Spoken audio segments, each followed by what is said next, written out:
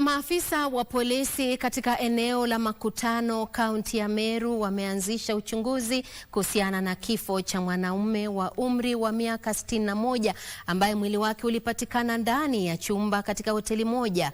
Wenye hoteli hiyo walisema mwanaume huyo alikodesha chumba hicho akiwa ameambatana na mwanamke usiku uliotangulia.